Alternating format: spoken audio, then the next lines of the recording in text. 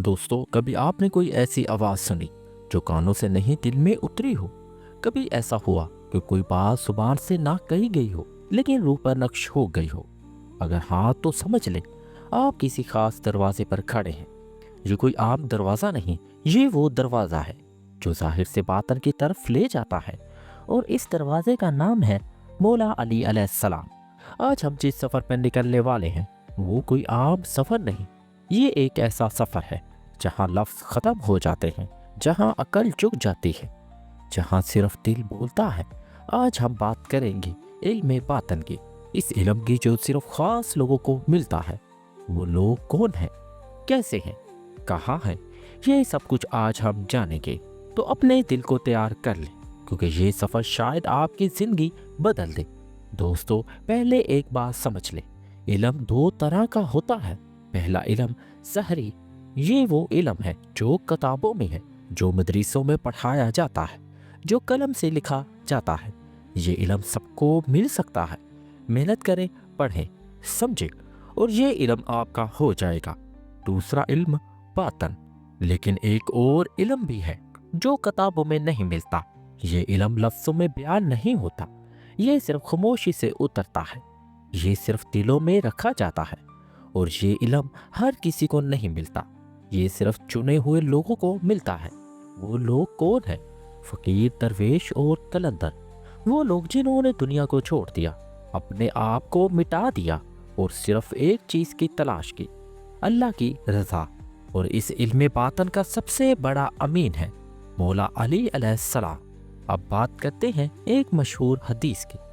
نبی صلی اللہ علیہ وآلہ وسلم نے فرمایا، میں علم کا شہر ہوں اور علی اس کا دروازہ ہے۔ یہ حدیث تو سب جانتے ہیں، لیکن اس میں ایک راز ہے جو کم لوگ سمجھتے ہیں۔ سوال یہ ہے کہ یہ دروازہ کیسے کھلتا ہے؟ کیا یہ پڑھنے سے کھلتا ہے؟ کیا کتابیں لکھنے سے کھلتا ہے؟ کیا دلائل دینے سے کھلتا ہے؟ جواب نہیں، یہ دروازہ عقل سے نہیں کھلتا، یہ دروازہ شہرت سے نہیں کھلتا، یہ دروازہ سنتوں سے نہیں کھلتا۔ تو پھر کیسے کھلتا ہے؟ یہ دروازہ صرف تین چیزوں سے کھلتا ہے۔ دل کی شکستگی، جب دل ٹوٹ جاتا ہے، جب انسان اپنی کمزوری محسوس کرتا ہے، جب غرور مٹ جاتا ہے، تب یہ دروازہ کھلنا شروع ہوتا ہے۔ فنا کا مطلب ہے مٹ جانا، جب میں ختم ہو جاتی ہے، جب میرا کچھ نہیں رہتا، تب یہ دروازہ کھلتا ہے۔ سچائی، دل کی گہرائی میں تڑپ، جب کوئی نہ دکھاوے کے لیے آتا ہے، نہ شہرت کے لیے، بلکہ صرف حق کی تلاش میں، تب یہ دروازہ کھل جاتا ہے۔ مولا علی علیہ السلام صرف دروازہ نہیں ہے، وہ ایک حد ہے جہاں ظاہر ختم ہو جاتا ہے اور باطن شروع ہوتا ہے۔ اب ایک حیرت کی بات ہے، مولا علی علیہ السلام کے خطبات دیکھیں، نہج البلاغہ پڑھیں، علم کا سمندر ہے، حکمت کا خزانہ ہے، لیکن پھر بھی ایک خاموشی ہے۔ کیسی خاموشی؟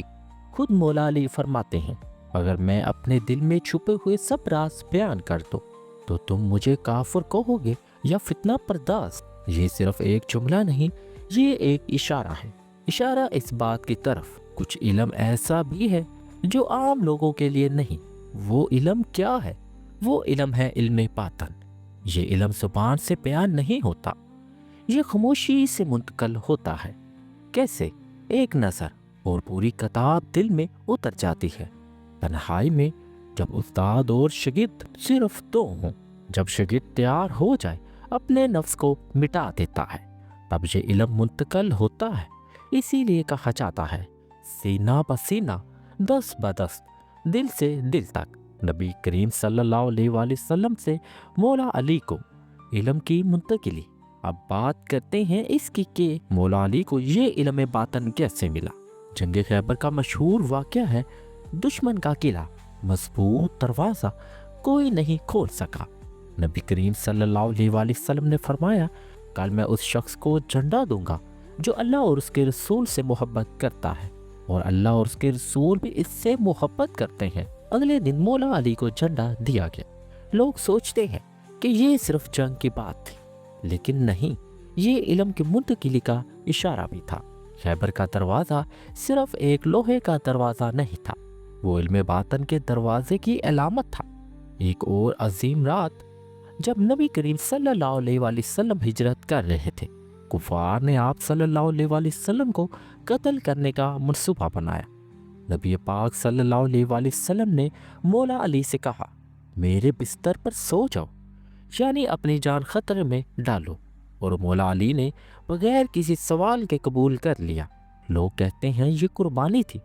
ये सिर्फ कुर्बानी नहीं थी, ये फना का मुकाम था, जहाँ मौला अली ने अपनी जान से भी दस्तबरदार होकर सिर्फ अल्लाह और उसके रसूल की रज़ा तलाश की।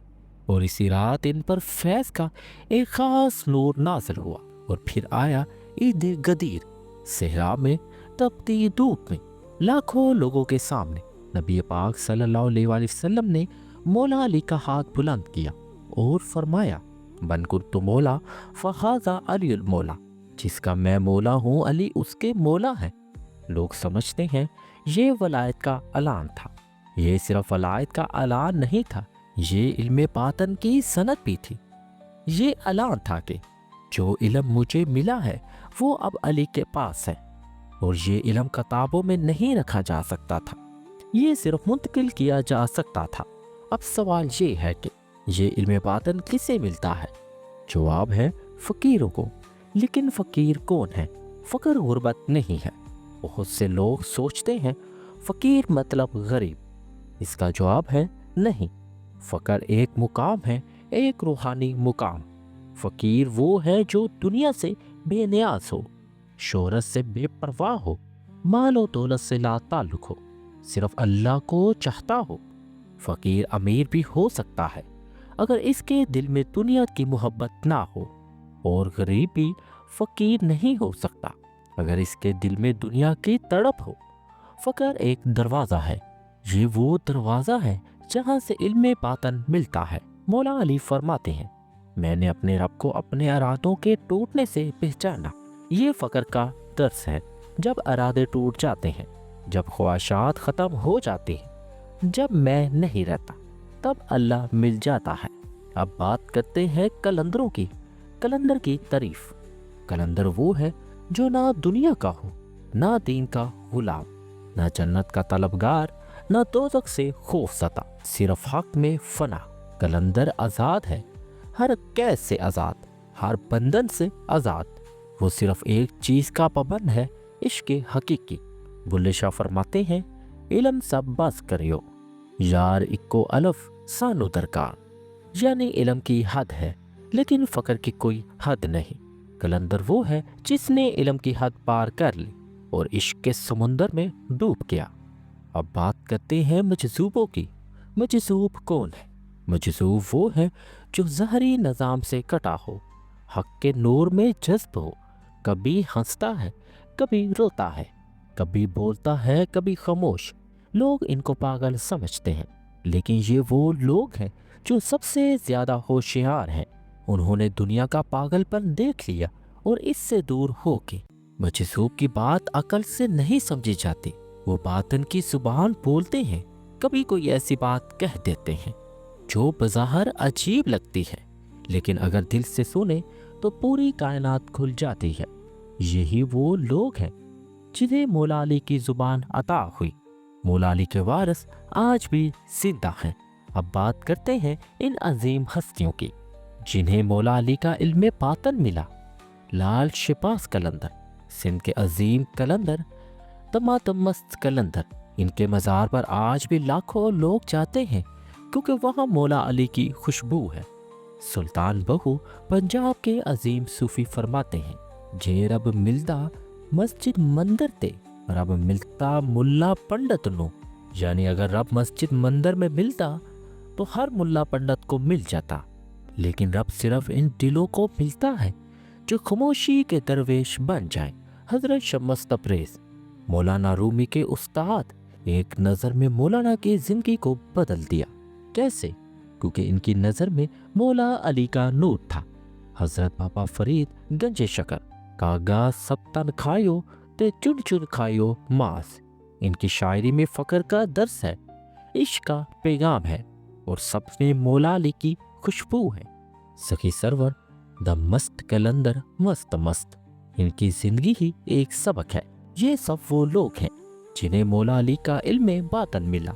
अब सवाल ये है कि आज के दौर में ऐसे लोग कहाँ हैं? दोस्तों, वो आज भी मौजूद हैं, लेकिन वो नज़र नहीं आते क्योंकि वो किसी मज़ार के कोने में बैठे हों, किसी चाय की दुकान पर काम कर रहे हों, किसी सड़क पर खामोश बैठे हों। इनकी पहचान ज़ाहिर से नहीं होती, इनकी पहचान दिल से होती है। अगर कभी किसी से मिले और दिल में एक अजीब सुकून महसूस हो, आंखें नम हो जाए, तो समझ ले वो कोई ख़ास बंदा है। अब आखिरी सवाल, हम कैसे इन तक पहुँचे?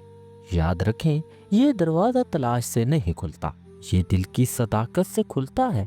खुद को मिटाना पड़ता है, फना की राह पर चलना पड़ता है। अगर आप सच्चे दिल से कहें या अली, बातन का दरवाज़ा खोल दे, तो वो दर खुल जाता है। तो दोस्तों, ये था वो राज जो सदियों से छुपा हुआ था, मौला अली के इल्म का बातन, जो सिर्फ कलंदरों को मिलता है। ये इल्म आज भी जिंदा है, लेकिन इस तक पहुंचने की कीमत चुकानी पड़ती है, और वो कीमत है अपने आप को मिटाना। अल्लाह करे कि हमें भी इस राह की तौफीक मिले। अल्लाह करे कि हमारे दिल भी ऐसे खुल जाए। आमीन सुम्मा आमीन। तो दोस्तों, अगर ये सफ़र आपके दिल को लगा तो चैनल को सब्सक्राइब करें ताकि मज़ीद ऐसी वीडियो आप तक पहुंचती रहें, और अपने दोस्तों के साथ शेयर करें जो इस राज की ज़ुबान समझते हैं, और कमेंट में बताएं कि क्या आपने कभी किसी ख़ास बंदे से मुलाकात की और आपको ये वीडियो कैसी लगी। अब इजाज़त दें, हम फिर किसी नए राज के साथ हाजिर होंगे। तब तक अपना और अपने प्यारों का बहुत सारा ख्याल रखें। अल्लाह हाफिज़।